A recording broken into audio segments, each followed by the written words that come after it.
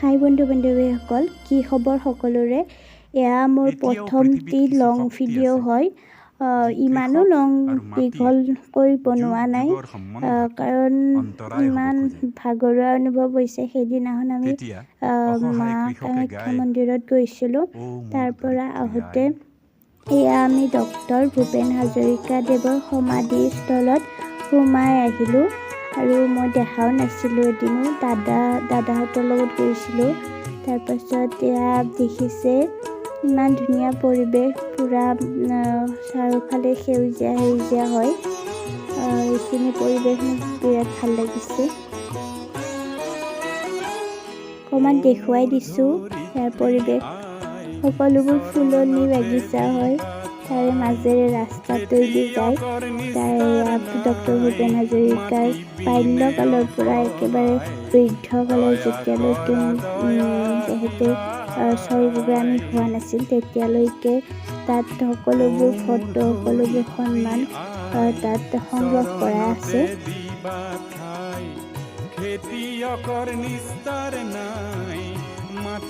আৰু এইটো দেখিছেনে, ঘৰটো মানে মন্দিৰ হয়তো। ডক্টৰ ভূপেন হাজৰিকাদেৱৰ ফটোখনত চাকি দিয়া আছে, গোটেই দিন চাকি দিয়াই থাকে। আৰু এনেকৈ আমি যাই আছোঁ। ইয়াত তেখেতৰে গানবোৰ দিয়াই থাকে। খুব ধুনীয়া পৰিৱেশটো দেখুৱাই দিছোঁ অকণমান। এইটো দেখিছে, গোটেই বহুতখিনি ওখ হয়। এনেকৈ আমি খোজকাঢ়ি যাই আছোঁ, ভালেই লাগিছে।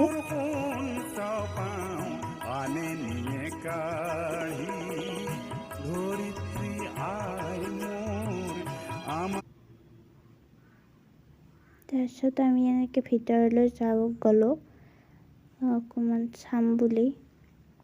আপোনালোককো দেখুৱাই আছোঁ বলক। এয়া দেখিছে, তেখেতৰ বিভিন্ন ধৰণৰ বিভিন্ন ব্যক্তিৰ লগত এনেকৈ ফটোবোৰ উঠা ইয়াত সংগ্ৰহ কৰি ৰাখিছে। যি কি নহওক, তেখেত আমাৰ মাজত যিহেতু নাই, এনেকৈ সংগ্ৰহ কৰি থকাৰ মাজত ইয়াত গ'লে আমাৰ সকলোৰে মনবোৰ ভৰি পৰে, কাৰণ তেখেত আমাৰ মাজত এতিয়াও থকা যেন লাগে। তেখেতৰ কণ্ঠ ইমানেই সুমধুৰ আছিল যে আমি তেখেতৰ গান শুনিলেই শুনি থাকোঁ যেন লাগে। যি কি নহওক, তেওঁ মৰিও অমৰ হৈ আছে আমাৰ মাজত। তেখেতৰ দৰে ব্যক্তি দ্বিতীয়জন নাই বুলিয়ে ক'ব পাৰি। আৰু ইয়াত দেখিছে, ইয়াত কেইজনমান ব্যক্তিয়ে চাই আছে ডাঙৰ টিভিটোত। তেখেতে কিবা ভাষণ দি আছিল। আমি টাইমৰ অভাৱ হোৱাৰ কাৰণে বেছি টাইম নাথাকিলোঁ তাত। এয়া দেখিছে, সকলোবোৰ 3টা ষ্ট'ৰ আছে।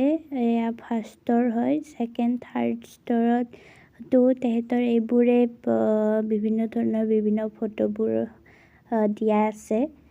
যি কি নহওক, অকণমান আমিও চাবলৈ গ'লোঁ, যিহেতু দেখাও নাছিলোঁ। আজি প্ৰথম গ'লোঁ, যিহেতু কাষেৰে যাই ঘৰলৈ আহিব লাগে, সেয়েহে আমিও সোমাই চাই আহিলোঁ টাইম থকাৰ কাৰণে। সকলোবোৰ গ্লাছৰ ভিতৰতে ফটোবোৰ থোৱা হৈছে। বিশেষ দেখুৱাব নোৱাৰিলেও অকণমান হ'লেও দেখুৱাইছোঁ। মোৰ ভালেই লাগিছে যে আপোনালোকেও আহিব। ইয়াত বহুত জানিব লগা কথাও আছে। তেখেতে ক'ত কিমান পদ্মবিভূষণ বঁটা, কিমান কি বঁটা পাইছিল, সেইবোৰ জানিব লগা কথা।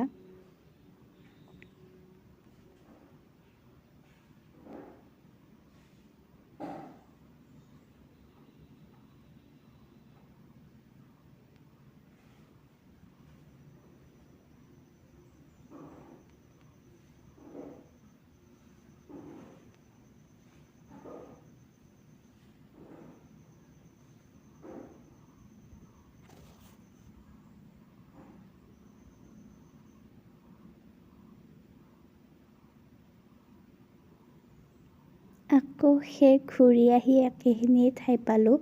তাৰ ওপৰৰ স্তৰত গ'লে আমি আকৌ বেলেগ তেখেতৰ প্ৰতিমূৰ্তিৰ পৰা ইত্যাদি পাম। তেখেতে কি সন্মান অৰ্জন কৰিছিল ইত্যাদি পাম। তাৰপাছত এনেকৈ দেখুৱাই দিলোঁ অকণমান। বহুত ভিতৰত ঠাণ্ডা হয়, বাহিৰলৈ গৈহে গম পায়। তাৰপাছত দেখুৱাই দিলোঁ অকণমান ভিতৰলৈ ফালে গৈ। ইয়াত দেখিছে মটৰেৰে পানী আহিছে, ধুনীয়া পৰিৱেশ। এইটো পানী হয়তো মটৰেৰে দিব পাৰে, নহয়বা ক'ৰবাৰ পৰা আহিব পাৰে, ইমান ভালকৈ নাজানো। সেইটো পানী বৈ যোৱা ঠাইখিনি অলপ দেখুৱাই দিছোঁ। এইখিনি পানীত সৰু সৰু মাছো আছে, 2-এটা মাছো দেখা পোৱা গৈছে, দেখিছোঁ আমি। তাৰপিছত এইখিনি ইমানেই ধুনীয়া পৰিৱেশ, তাৰ পৰা গ'লে মানে ভিতৰলৈ সোমালে ওলাই আহিব মন নাযায়। যি কি নহওক বিৰাট ভাল লাগিছে। আৰু এইটো দেখিছে ৰ'ব, দেখুৱাই দিছোঁ অকণমান। এইটো ভূপেন হাজৰিকাদেৱে গোৱা মাইকটো, মানে যিয়ে তেহেঁতে কণ্ঠদান দিয়ে, সেইটো মাইকটো বুলি কোৱা হয়। কৈছে আৰু কিছু লোকে, ইমান ভালকৈ নাজানো, আজি সেইদিনাই যিহেতু প্ৰথম যাই পাইছোঁ।